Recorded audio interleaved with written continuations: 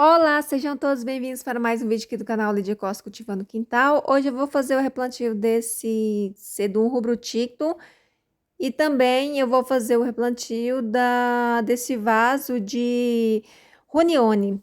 Antigamente chamava de Runione San Carlos, hoje chamamos só de Runione mesmo. Gente, eu quero compartilhar isso aqui com vocês, esse replantio. Eu ia fazer aqui sem gravar, mas vou falar algumas dicas aqui que talvez sirva para vocês. Primeiro, gente, uma planta quando está nesse estado aqui, ó, não adianta vocês adubarem. Não porque ela já está antiga, o substrato está compacto, já transformou só em raiz, mas também no caso dessa aqui, ela pegou fungo oídio, então ela caiu bastante folhas e ainda continua com alguns fungos, então não vale a pena adubar. Para adubar, teria que ter um espaço aqui no vaso e colocar mais substrato, acrescentar substrato e depois o adubo. Então não vale a pena ficar perdendo tempo adubando uma planta quando ela está nesse estado. O melhor a fazer é o replantio, fazer a poda e fazer o replantio. Eu vou tirar ela daqui desta cuia e vocês vão ver o processo, como que fica muito mais simples, gente. A gente, ao invés de ficar adubando, cuidando da planta, regando, para ver se ela recupere, é muito melhor a gente fazer o replantio, fazer a poda e começar tudo novamente. Então, suculenta, ela dá para a gente essa oportunidade de recomeçar. A cada vez que a planta fica feia, a gente pode fazer isso, cortar e recomeçar novamente, que é muito mais rápido do que ficar tentando reverter uma situação, fazer com que a planta revigore novamente, e um processo que pode demorar muito mais. E além de tudo, você vai gastar adubo quase que desnecessário, porque não vai fazer tanto efeito adubando uma planta assim, que nem o substrato está tão enraizado que nem passa mais nada. Colocar um adubo aqui, ele vai escorrer para fora. Na minha opinião, suculentas, dependendo da espécie, vale a pena ser adubada apenas quando a gente vai fazer o replantio. Eu vou colocar, gente, esse papelzinho aqui, ó, para não ficar escorrendo terra aqui na mesa. Eu faço uns furos aqui, isso é um papel toalha. Ele já filtra água automaticamente, mas ele pode entupir quando tá com terra. Então, por isso que eu faço esses furos aqui, que por agora ele impede um pouco a terra passar, mas depois ele vai passar a água normalmente. Esse substrato que eu tô usando, já tem vídeo aí no canal, como foi que eu fiz. Se vocês quiserem ver, eu vou deixar na tela final. E agora é só a gente colocando, pegando os galinhos, né? Vou pegar uma tesoura, porque eu estou sempre machucando a minha mão, minha unha, né? Rasgando a unha por baixo com essas podas aqui de beliscão. Poda com a unha. E aí eu deixo um cabinho maior, que é para eles não ficarem capotando depois, na hora que for regar. Então, por isso, eu prefiro deixar um cabinho maior para espetar aqui na terra. Esses tipos de planta com caule bem fininho, bem sequinho, apesar da planta estar viva, né? O caule parece bem sequinho. Não precisa fazer nada, deixar cicatrizar. Você pode cortar e plantar na hora. Eu gosto de colocar uma mudinha no centro e depois circulando ela, para poder centralizar bem, e depois eu continuo nas bordas do vaso. E eu acho mais fácil plantar assim, porque assim eu tenho um controle. é, eu coloco tudo certinho e tapo todo o espaço, que é assim que eu gosto de plantar esse cedo, bem juntinho, para não ter espaço de ver o substrato, e assim ele cresce lindamente, como muitos de vocês já devem conhecer, né? Esse cedro ele já foi bonito por um bom tempo, já tem muito tempo mesmo que ele está bonito, então agora é hora de fazer ele renovar novamente. Gente, eu não sei se vocês perceberam, mas eu retirei a planta que estava aqui dentro e não lavei a cuia. O ideal seria lavar a cuia para poder plantar com substrato novo, mas eu tive uma falta de capricho aqui, né? Como diz o filósofo que eu gosto, capricho dá trabalho. E aí, então, por isso que eu não lavei, mas vocês aí, se puderem, quando for fazer o replantio, lave o vaso para poder começar tudo novamente. Como eu já falei aqui, eu nem sempre eu troco substrato, às vezes eu volto com o mesmo substrato, só retiro as raízes da planta, dou uma mexida e volto com ele. Mas nesse caso aqui, eu troquei o substrato pelo fato desse cedo ter tido bastante fungoídeo, Então, eu vou retirar todas as plantinhas, todas as mudinhas, vou voltar com ela para a cuia e eu vou descartar esse torrão aqui, porque é um torrão que já sofreu muito aí por causa de fungo, então por isso eu não vou reutilizar ele aqui. Mas se não, eu poderia retirar todas as raízes e acrescentar uma adubação aqui no substrato e voltar com ele na mesma cuia, como eu sempre faço.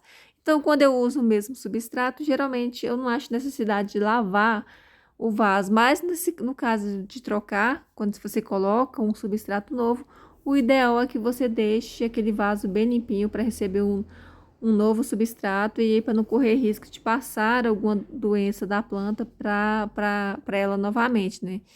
Mas, gente, eu faço desse jeito aqui. Se der certo, ok. Se não der certo, eu refaço novamente. Então, não tem muito problema com isso.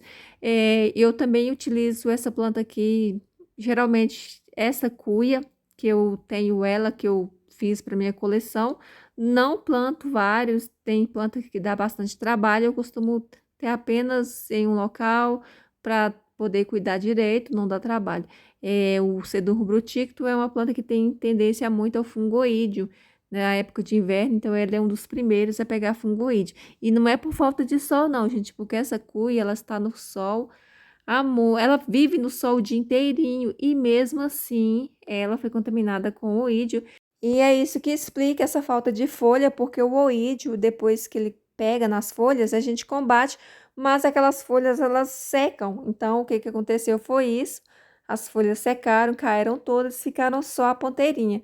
E aí, por esse motivo, é melhor cortar. Com elas mais baixinhas, vai ficar mais fácil de continuar o tratamento aqui para acabar com o fungo. E mesmo que caia algumas folhinhas, então não vai fazer tanta diferença, né? Porque tá bem rente ao substrato. Se eu quisesse recuperar essa planta, eu ia esperar, teria que esperar brotar as folhinhas que caiu aqui sobre o substrato, brotarem, fazer brotação aí pelo tronquinho que fica, né? Porque o fungo não mata o tronquinho, o fungoide ele só joga no chão, derrubam as folhas depois que a gente combate, e vai derrubar todas as folhas, fica só o tronquinho, elas brotam novamente, mas é algo que demora bastante. E aqui ficou. Pode perceber, para meu gosto, ficou bem mais bonito assim, porque eu não gosto de ver ele todo depenado, então ficou assim. E agora ele vai voltar para o mesmo local, que é o sol. Esse sedum ficou vermelho desde que eu plantei ele nessa cuia. Vamos ver se ele vai continuar vermelho. Por esse motivo eu não coloquei o basacote, gente, continuei com o adubo, o substrato, que é terra e esterco de gado, que é o que eu estou acostumada a usar nele. E para ver se ele continua vermelho, né? Porque às vezes trocar de adubo também pode ser que mude de cor. E agora eu vou fazer o replantio desse aqui, que também parece que tá bonito, mas eu percebo que deu errado nele, essa planta não gostou daqui. Teve outro fator também, que foi o fungoídeo, né, gente? Fungoídeo, nesse caso aqui, essa aqui foi porque ficou na sombra, o sol parou de pegar na bancada que ela estava. Inclusive, ainda não voltou, mas vou insistir com ela um pouquinho ainda, que eu acho que em breve o sol já vai chegar novamente. E eu vou cortar os caules dela aqui, porque esse tipo de vaso não dá certo fazer assim com planta que fica com caule longo. E a Runione, ela tem tendência a secar muito as folhas, ainda mais quando pegar fungo, né? E cai mais fácil.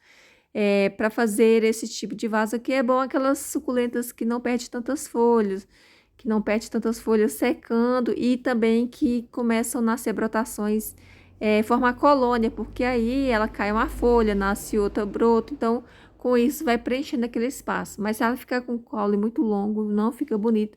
Então, por esse motivo também, eu percebi que não deu certo nesse vaso e eu vou plantar aqui outra suculenta que vai ficar melhor, como por exemplo a Milky Way, a Fantôme também fica bem assim, Francesco Baldi, Querência, todas essas plantas ficam bem assim nesse tipo de vaso.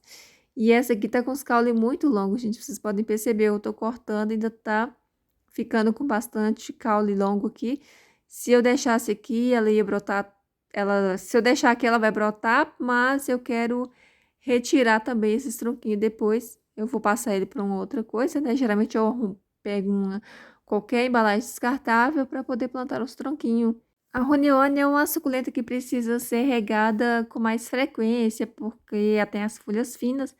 Como eu falei, ela seca muitas folhas, então por esse motivo também foi um que eu achei que não funcionou bem aqui nesse tipo de arranjo, até porque eu tô fazendo uma adaptação para regação uma vez por semana, e aí quando eu fui ver ela já tinha desidratado muito, então não ficou bonito o vaso.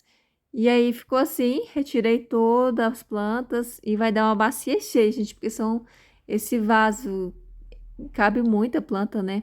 Essa bacia aqui é aquela que eu fiz, já tem vídeo aqui no canal, eu mostrei como que eu faço.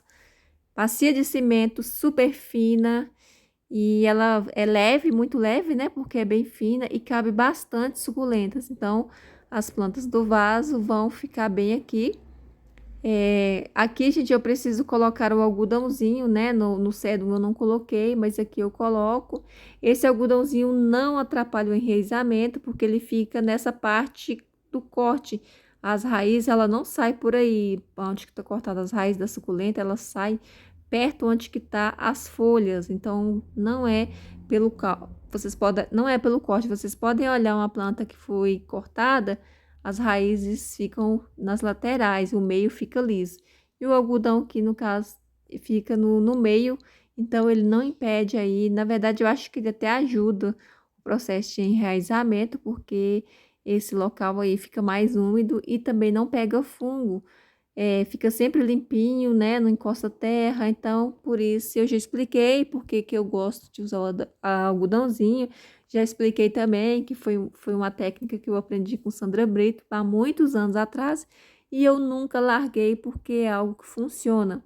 Às vezes a gente faz vários testes, né, de dicas que a gente vê, mas a gente acaba fazendo uma vez só e nunca mais porque a gente não vê resultado. Mas quando a gente vê que sim, faz sentido, a gente nunca mais larga. A gente plantar suculenta, cultivar suculenta é isso. A gente tem que fazer teste e ver o que melhor fica, o que faz mais sentido pra gente, o que ajuda mais. Nem tudo é viável para todos, nem todo mundo cultiva da mesma forma, nem tudo que dá certo para um dá certo para outro. Mas a gente passa as nossas experiências, porque assim você tenha, né? Você que está começando, acaba tendo um norte aí a seguir. E foi desta forma que eu aprendi a cultivar as suculentas. Primeiro eu testei as experiências das outras pessoas, e aí as próprias suculentas foram me ensinando o que que elas queriam que eu fizesse aqui no meu cultivo. Então, a gente faz de uma forma, observe e as próprias suculentas nos ensinam como que quer ser cultivado. Esta Runione, por exemplo, antigamente eu só conseguia cultivar ela na caixa de leite. O que eu deduzi com isso? Ela é uma suculenta que precisa de mais umidade, então cultivar em vaso de cimento, em vaso de barro, ela não gostava porque retia bastante, porque sugava bastante a umidade dela, então era por esse motivo que ela não estava gostando.